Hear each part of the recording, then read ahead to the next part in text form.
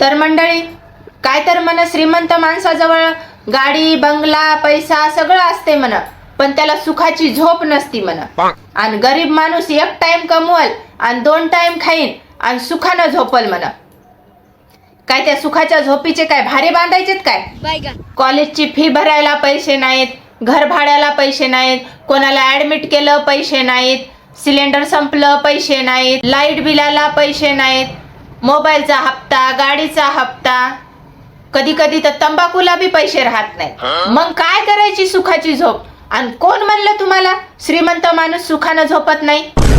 उगा आपलं कोणा डायलॉग लिहून ठेवलेत की आणि कोणा नाहीत की. श्रीमंत माणूस नुसता सुखानच झोपत नाही, तर त्याच्या बायकोला सुखाची झोप देऊन, त्याच्या लेकराला सुखाची झोप देऊन मग ते सुखानं झोपते. आणि तुम्हाला रस्त्यानं धक्के, गाडीमध्ये धक्के, टॅक्सीमध्ये धक्के, ट्रेनमध्ये धक्के, नुसते धक्केच धक्के, मग काहून नाही सुखाची झोप लागणार? इतके धक्के खाऊ लागल्यानं. कसं आहे माहित आहे का मंडळी, नुसती झोप महत्वाची नाही, त्या झोपीपेक्षा जास्त सुख महत्वाचं आहे. आणि आजकाल ते पैशाशिवाय नाही. म्हणून पैसे कमवा, सुख बी येतंय, झोप बी येतील, सगळंच येतंय. उगा आपलं श्रीमंत माणसाला सुखाची झोप नाही, गरीबाला आहे.